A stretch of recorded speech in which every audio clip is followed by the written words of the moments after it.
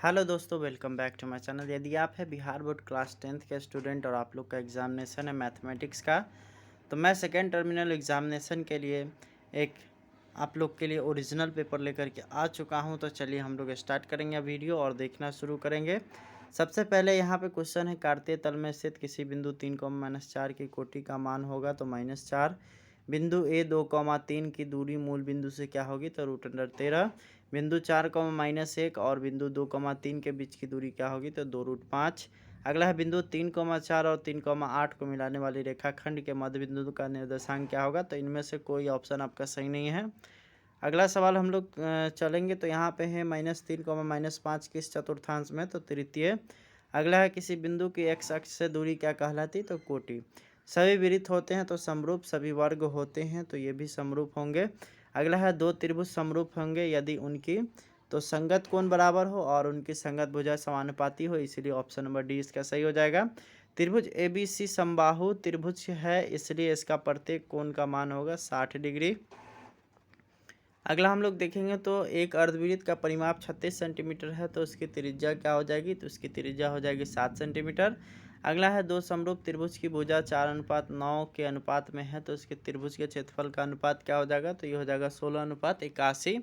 अगला है त्रिभुज ए बी सी और बी डी ई दो समबाहु त्रिभुज इस प्रकार है कि डी भुजा बी सी का मध्य बिंदु है तो त्रिभुज ए बी सी और बी डी के क्षेत्रफल का अनुपात क्या होगा तो 1:4। अगला सवाल की ओर हम लोग चलेंगे तो निम्नलिखित में त्रिभुज की भुजा दी गई, बताइए कि कौन सा त्रिभुज समकोण त्रिभुज है तो इनमें से कोई नहीं, आपका एक भी ऑप्शन सही नहीं है। अगला सवाल हम लोग देखेंगे तो त्रिभुज एबीसी में ए बी बराबर 6√3 सेंटीमीटर, ए सी बराबर 12 सेंटीमीटर और बी सी बराबर 6 सेंटीमीटर। तो कोण बी का मान क्या होगा तो कोण बी का मान हो जाएगा आपका 90 डिग्री। अगला है त्रिभुज एबीसी में एक कोण 120 डिग्री है, कौन सा त्रिभुज कहलाएगा तो अधिक कोण त्रिभुज। ठीक है।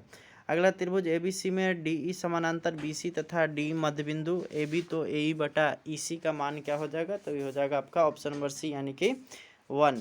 अगला सवाल हम लोग देखेंगे तो यहाँ पे है, यदि किसी त्रिभुज की एक भुजा का वर्ग अन्य दो भुजाओं के वर्गों के योग के बराबर हो तो पहली भुजा के सम्मुख का कोण क्या होगा तो ये होगा समकोण यानी ऑप्शन नंबर सी। अगला हम लोग देखेंगे तो यदि किसी वृत्त की परिधि 4 पाई से 8 पाई हो जाए तो क्षेत्रफल हो जाएगा तो इसका 4 गुना। ठीक है। अगला है किसी वृत्त का क्षेत्रफल 220 सेंटीमीटर स्क्वायर है, इस वृत्त के अंदर अंतरित वर्ग का क्षेत्रफल क्या होगा तो 70 सेंटीमीटर स्क्वायर। अगला है एच ऊंचाई तथा आर त्रिज्या वाले किसी शंकु की तिरछी ऊंचाई क्या हो जाएगी तो ये हो जाएगा आपका ऑप्शन नंबर ए यानी कि एल स्क्वायर बराबर H square plus R square. अगला है दो वृत्तों के क्षेत्रफल का अनुपात 4:1 है तो उनकी त्रिज्याओं का अनुपात क्या होगा तो उनकी त्रिज्याओं का अनुपात हो जाएगा 2:1। अगला है किसी वृत्त की त्रिज्या 10% घट जाए तो उसका क्षेत्रफल कितना घट जाएगा तो 19%। अगला सवाल हम लोग देखेंगे तो यहाँ पे है किसी गोले का व्यास 6 सेंटीमीटर है, इसे पिघला करके 2 mm व्यास वाला एक तार में बदल दिया गया है तो तार की लंबाई क्या हो जाएगी 66 मीटर। अगला है किसी अर्धगोले पात्र की त्रिज्या क्या सेंटीमीटर हो तो उसका आयतन क्या हो जाएगा तो उसका आयतन हो जाएगा आपका ऑप्शन नंबर सी यानी कि 2/3 पाई के to the power 3 centimetre cube. अगला देखिएगा कि तो किसी वितरण में चरमान 1 2 3 की बारंबारता क्रमशः 3 2 1 है तो वितरण का माध्य क्या हो जाएगा तो 5/3। अगला है बहुलक है तो ये अधिकतम बारंबारता मान। अगला है 1 4 5 8 7 2 5 3 8 4 6 7 का माध्य क्या होगा तो 5.5। केंद्रीय प्रवृत्ति का सबसे उपयुक्त मापक कौन है तो माध्य है। अगला हम लोग देखेंगे तो आंकड़ा 24 15 22 13 9 10 30 का परिसर क्या होगा तो 21। ठीक है। निम्नलिखित में से कौन परिमेय संख्या है तो ये हो जाएगा आपका ऑप्शन नंबर सी यानी कि √25/49। अगला निम्नलिखित में से कौन अपरिमेय है तो इसका हो जाएगा आपका ऑप्शन नंबर सी। 3 और 5 का मौसा क्या हो जाएगा तो 1 हो जाएगा। अगला है 2 और 3 का लौसा हो जाएगा 6। अगला है सबसे छोटी पूर्ण संख्या की बात किया जाए तो इनमें से कोई नहीं यानी कि ऑप्शन नंबर डी आपका हो जाएगा। अगला सवाल हम लोग देखेंगे। अगला सवाल है यहाँ पे आप लोग का यूक्लिड विभाजन एल्गोरिथम में यदि दो धनात्मक पूर्णांक ए और बी दिए हुए हैं तो क्यू और आर क्रमशः भागफल और शेषफल हो तो ए बराबर बी क्यू प्लस आर, जहाँ तो इसका हो जाएगा आपका option number C 0 < R and R B. ठीक है। बहुपद x² - 3 का शून्य क्या हो जाएगा तो ऑप्शन नंबर सी।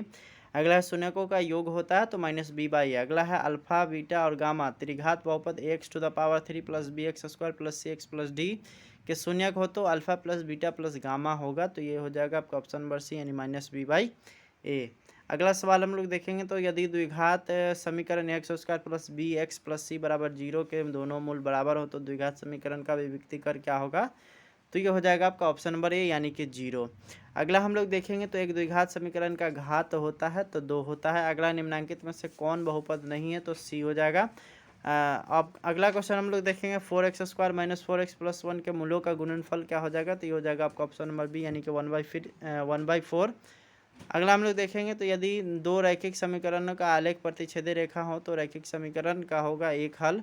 अगला समीकरण ax² plus bx plus C बराबर 0 के मूल बराबर होंगे यदि आपका ऑप्शन नंबर ए होगा यानी कि b² = 4ac।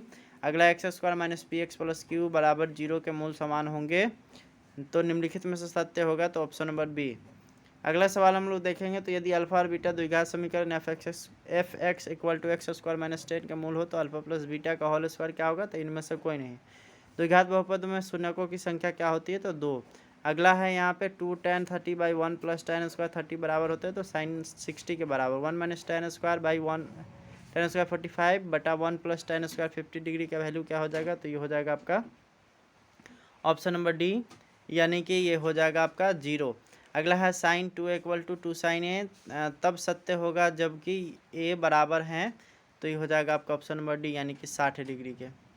अगला हम लोग देखेंगे तो 2 tan 30/1 - tan² 30 डिग्री अब बराबर क्या होंगे, तो ये हो जाएगा आपका ऑप्शन नंबर सी यानी कि tan 60 डिग्री के।